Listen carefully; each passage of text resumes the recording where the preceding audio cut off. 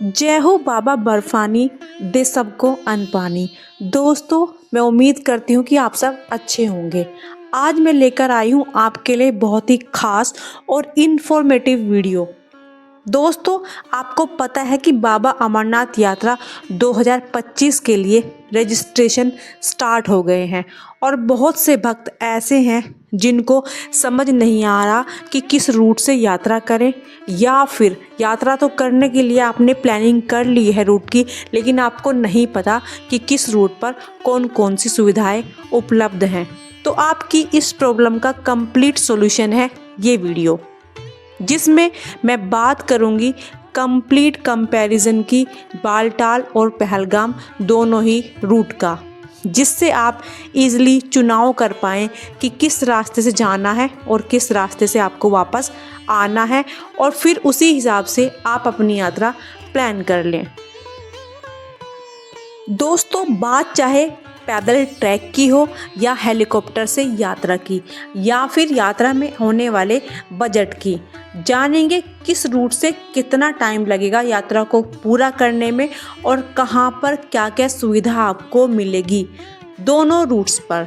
तो दोनों रूट के बारे में कंप्लीट इन्फॉर्मेशन के लिए और एक ट्रू एंड फेयर कंपैरिजन के लिए वीडियो को एंड तक पूरा देखें।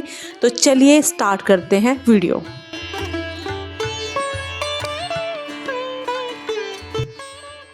दोस्तों, अमरनाथ यात्रा के लिए आपको सबसे पहले जम्मू से बालटाल या पहलगाम पहुंचना होता है। बालटाल जम्मू से 360 किलोमीटर है और बालटाल पहुंचने में आपको 12 से 13 घंटे लग जाते हैं। आप भगवती यात्री निवास कैंप से सीधी बस पकड़कर आसानी से बालटाल पहुंच सकते हैं और आपको बस का किराया पड़ता है 800 से 900 रुपये। दोस्तों, अगर बात करें पहलगाम पहुंचने की, तो जम्मू से पहलगाम की दूरी है 240 किलोमीटर।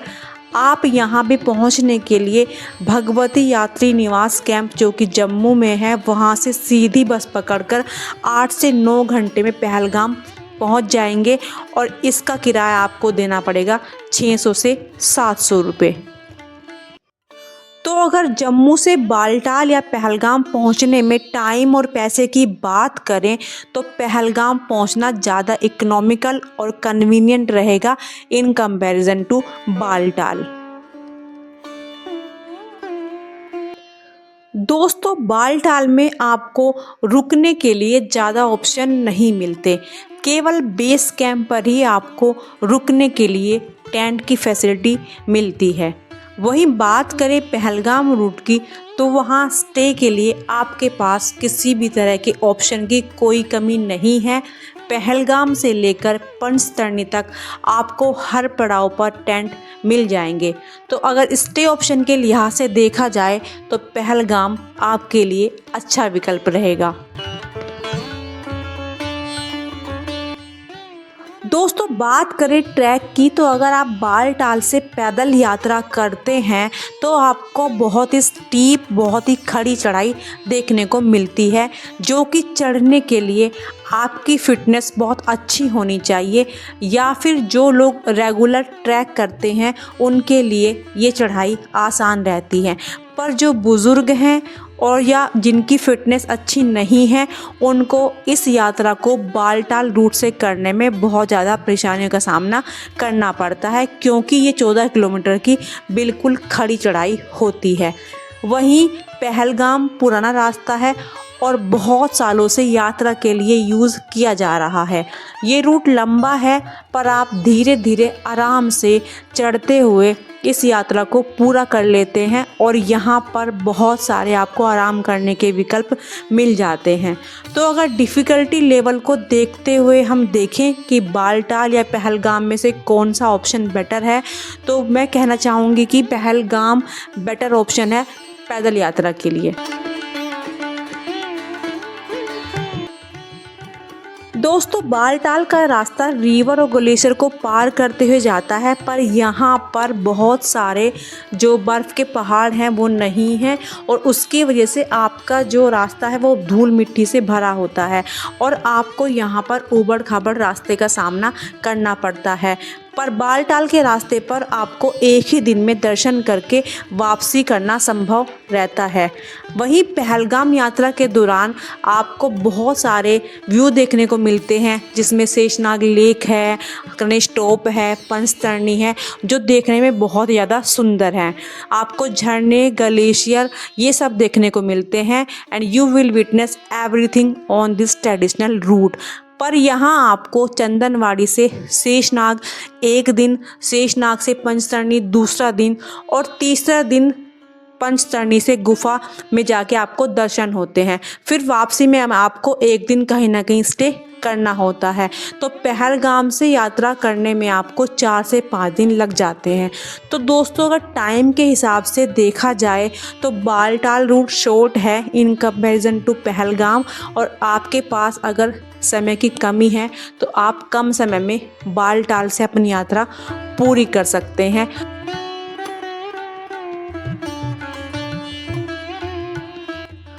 दोस्तों बालटाल रूट शॉर्ट है और वहाँ पर आपको ज़्यादा फैसिलिटीज़ नहीं मिलती है। पहलगाम मार्ग के कंपैरिजन में यहाँ पर रेस्टिंग पॉइंट आपको बहुत कम देखने को मिलते हैं। आपको रास्ते में कुछ भंडारे और मेडिकल कैंप जरूर मिल जाते हैं। वहीं पहलगाम रूट पर आपको यात्रा के लिए हर पड़ाव पर खाने पीने, रहने और बाकी फैसिलिटीज़ आपको इजीली मिल जाती हैं। पहलगाम रास्ते पर आपको मेडिकल कैंप ये सब भी आपको थोड़ी थोड़ी दूरी पर देखने को मिल जाता है। तो दोस्तों अगर फूड और बाकी फैसिलिटीज़ के हिसाब से देखा जाए तो पहलगाम बेस्ट रूट है इन कंपैरिजन टू बालटाल।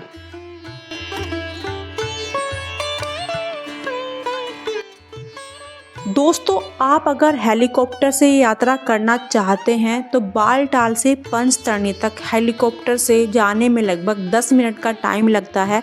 ये रास्ता छोटा है और आमतौर पर वो लोग इस रास्ते को पसंद करते हैं जिनको कम समय में बाबा अमरनाथ के दर्शन करने होते हैं।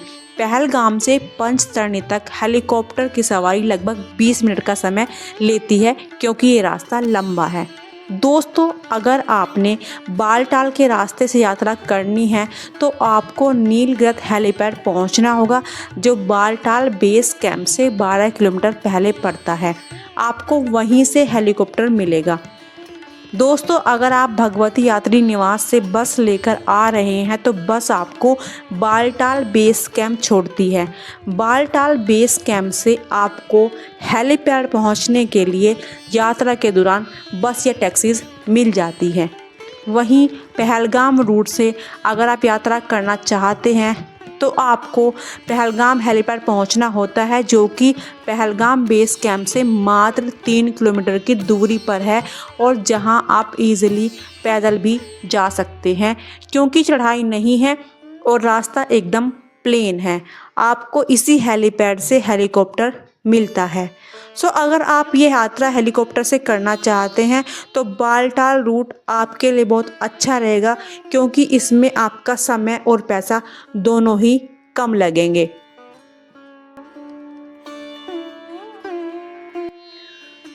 दोस्तों अगर बात करें कि बालटाल या पहलगाम दोनों रूट में से कौन से रूट से यात्रा करने में बजट कम या ज़्यादा रहता है, तो दोस्तों बालटाल रूट से यात्रा करने में कम समय लगता है। तो यहाँ आपको ज़्यादा स्टे करने की ज़रूरत नहीं होती, तो आपका ये खर्चा कम हो जाएगा। दूसरा, बालटाल रूट से पवित्र गुफा की दूरी कम है, तो हेलीकॉप्टर से भी अगर आप आना चाहते हैं तो उसका किराया भी कम पड़ता है इन कंपैरिजन टू पहलगाम।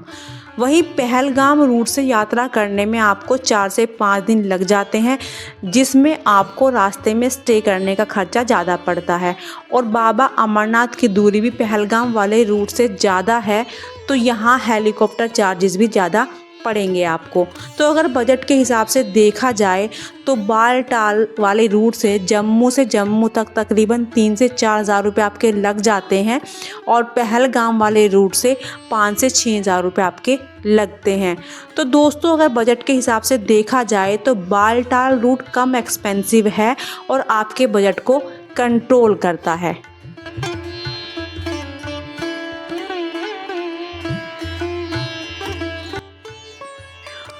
तो दोस्तों मैंने इस वीडियो में एक कंप्लीट डिटेल कंपैरिजन दिया है आपको बालटाल और पहलगाम दोनों ही रूट का।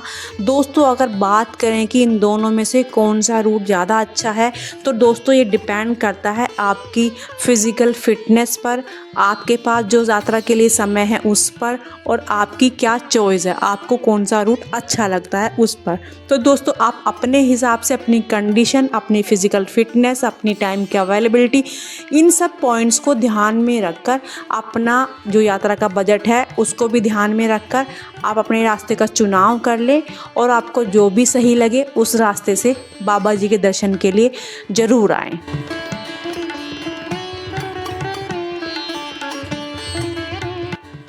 तो दोस्तों ये था एक कंप्लीट कंपैरिजन पहलगाम और बालटाल रूट का। कौन से रूट पर आपको क्या क्या फैसिलिटीज़ मिलती हैं और कहाँ कहाँ पर कौन सी दिक्कतें आपको आती हैं। तो दोस्तों इस वीडियो में इतना ही। आपको ये वीडियो अच्छी लगे तो वीडियो को शेयर करें, लाइक करें, कमेंट करें, और कोई भी सवाल हो तो कमेंट बॉक्स में पूछ सकते हैं। आपको पता है कि मैं आपके सारे सवालों का जवाब देती हूँ। तो चलिए मिलते हैं फिर अगली वीडियो में। तब तक के लिए अपना ख्याल रखिए, अपने परिवार का ख्याल रखिएगा। Thank you so much.